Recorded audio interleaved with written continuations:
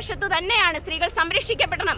കാരണം ഇത്രയും ശക്തമായിട്ട് ആ ഫിലിം ഇൻഡസ്ട്രിയിൽ തന്നെ മാറ്റങ്ങൾ ഉണ്ടായതും ഇന്ന് അമ്മയുടെ തലപ്പത്തിരിക്കുന്ന വനിത പോലും ഇവർക്ക് വേണ്ടി സംസാരിച്ചിട്ടില്ല. ഇവർക്ക് ഈ ചാൻസ് വാങ്ങിച്ചു കൊടുത്തത് ഈ ലേഡി ആയിരുന്നു എന്നുള്ളത് നമ്മൾ മറക്കാൻ പാടില്ലാത്ത ഒരു സത്യമാണ്. അവർ ശബ്ദമുയർത്തിയപ്പോൾ അതിനു മുന്നേ എന്താണ് പറഞ്ഞത്? ഇതിനു മുന്നേയും പല കൊട്ടേഷനിലും റേപ്പുകളും നടന്നിട്ടുണ്ട് എന്നുള്ളതാണ്.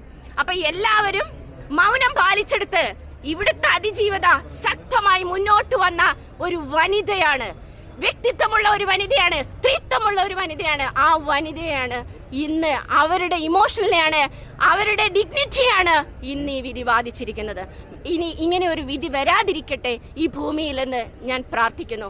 അതിനുവേണ്ടി എന്താ പറയാ, അതിനുവേണ്ടിയുള്ള ഒരു തീരുമാനങ്ങളെല്ലാം ജുഡീഷ്യറിയുടെ വശത്തുനിന്നും വരട്ടെ. കാരണം ഇനി ഇത് അപ്പീൽ പോകാം. ഇവിടെ തന്നെ ഒരു ശരിയായ വിധിയാണെങ്കിൽ അപ്പീൽ കോടതിയിൽ ഇനി അത് വെറുതെ കേസുകൾ ഡ്രാഗ് ചെയ്യപ്പെടുന്ന ഒരു അവസ്ഥ വരില്ലേ? ഇപ്പം നേരത്തെ ജനങ്ങളുടെ ഇമോഷൻ അനുസരിച്ച് കോടതിക്ക് വിധി പറയാൻ പാടില്ല എന്ന് പറയുമ്പോൾ അതിനകത്ത് മറുവശമുണ്ട്. തെറ്റായ വിധികളിൽ അപ്പീൽ പോകുമ്പോൾ ഹയർ കോടതികളിൽ സമയം ഡ്രാഗ് ചെയ്യപ്പെടും.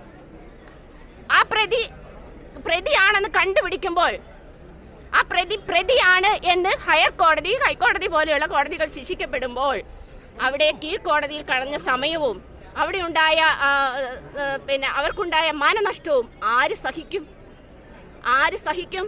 ഇനി വീണ്ടും ഡ്രാഗ് ചെയ്യപ്പെടില്ലേ കേസ്? സുപ്രീം കോടതി വരെ നിങ്ങൾക്ക് പോകാമെന്നുള്ളതല്ലേ? അപ്പോൾ വൈകി എത്തുന്ന നീതി എപ്പോഴും നീതി നിഷേധമാണ്. 1000 കുറ്റവാളികൾ രക്ഷിക്കപ്പെട്ടാലും ഒരു നിരപരാധി ശിക്ഷിക്കപ്പെടാൻ പാടില്ല എന്നാണ് നമ്മുടെ നിയമത്തിന്റെ എത്തിക്സ്. അപ്പൊ അതുകൊണ്ട് നീതിയുക്തമായ വിധികൾ ഉണ്ടാകട്ടെ എന്ന് ഞാൻ പ്രാർത്ഥിക്കുന്നു. അതിനുവേണ്ടി സമയമെടുക്കുന്നുണ്ടെങ്കിൽ കോടതി പ്രതി ശിക്ഷിക്കുക തന്നെ വേണം എന്ന് തന്നെയാണ് എനിക്ക് പ്രാർത്ഥനയുള്ളത്.